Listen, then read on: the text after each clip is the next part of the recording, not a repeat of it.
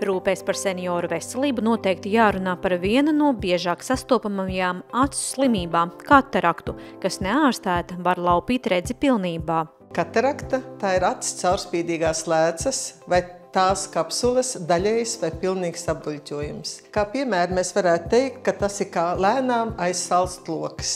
Sākumā mēs vēl redzam cauri stiklam, un pēc tam stikls kļūst pilnīgi necaurredzams.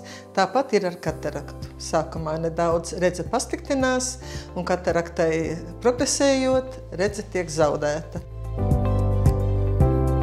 Katarakts iedalām iedzimtās un iegūtās kataraktās. Tātad šodien mēs vairāk varētu parunāt par iegūtām kataraktām. Tas būtu gan trauma rezultātā, gan medikamentu lietošanas rezultātā, gan citu slimību rezultātā, piemēram, cukurdiabēts, bet, protams, visvairāk ir vecuma katarakts.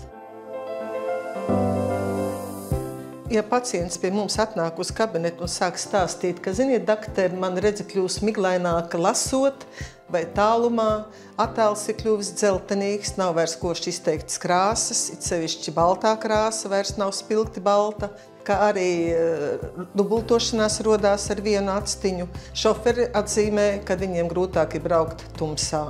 Tās visi kataraktas pazīmes. Mēs skatāmies biomikroskopiski un konstatējam, ka ir katarakta un sākam domāt, vai katarakta ir jāoperē vai nē. Katarakta ir jāoperē laikus, jo ja pacients ar vien ilgāk, nogaidīs, vilks, katarakta progresēs. Un tad ne tikai redze pats pasliktinās pacientam, bet arī pašam ķirurgam operācijas laikā būs daudz grūtāk izoperēt. Ir daudz lielāki riski dažādām komplikācijām operācijas laikā, un tas viss kopā var iespaidot pēcoperācijas rezultātu, proti redzi, kas ir pats galvenais mērķis kataraktas operācijas laikā – uzlabot pacienta redzi.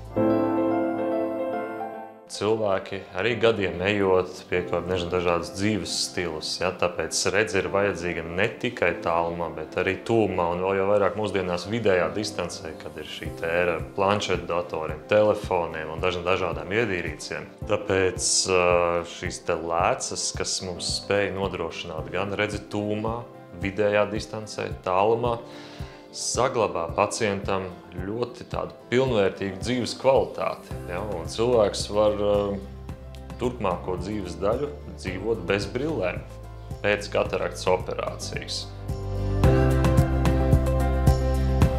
Un Latvijas-Amerikas acu centrā tiek sniegtas valsts apmaksātas kataraktas operācijas. Gribētu vēl piebilst, ka pacienti nākiet lūdzu saulaicīgi pie acu ārsta uz kontroli, ne tikai tad, kad jūs vairs nemaz neredzat, bet kad jūs jūtat jau, ka jūsu ikdienas dzīves kvalitāte ir samazināta. Senioru vecumā būtiski pārbaudīt redzi, jo iespējama ne tikai kataraktas attīstība, bet arī glaukoma.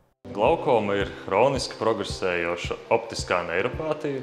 Un ko tad tas īsti nozīmē optiskā neiropātija? Šī slimība tieši skar redzes nervu. Slimība ir asimptomātiska, tai nav nekādu klīnisko pazīmi. Agrīni šīs slimības gadījumā cilvēks neko nejūt, jo sākuma stadijās varbūt izkrīt šie perifērie redzeslauki. Ko tas nozīmē? Sākumā cilvēks varbūt neredz sānu malas. Braucot ir grūtāk pamanīt luksoforus zīmes, vai arī ir problēmas uzkāpt pa trepēm, sāk ķerties soļi. Vēl tumsā ir grūtības gan braukt, gan orientēties. Tie ir šie pirmie simptomi slimības gadījumā. Bet mēs labi zinām, ka acis mums ir divas, un līdz ar to acis viena otru kompensē, un glaukoma bieži vien abās acīs nemaz nav vienādā līmenī, ja tā var teikt. Līdz ar to viena acis jau ir simptomātika, bet otra acis viņu kompensē, nomaskē, un pacients to nejūt. Tāpēc pašam glaukomu ir ļoti grūti atklāt. Ārstējam mēs praktiski 3 lieli soļi. Pirmais solis ir medikamentoze ar pilieniem. Otrais solis, ja pilieni nelīdz un nesamazinās spiediens, tad mēs veicam lāzerus. Un trešais, visradikālākais solis ir operācija, bet operācija tikai kā pēdējais solis, jo mūsu galvenais mērķis ir samazināt riska faktoru, tas ir intraokulārais spiediens, jeb acu spiediens, samazināt pēc iespējas mazāku, lai nav slimības progresīva. Ja runājam, kādi draudi ir pacienta veselībai, tad man ir jāpiemina statistika. Vienam no 10 glaukomas pacientiem šī slimība rezultējas ar aklumu.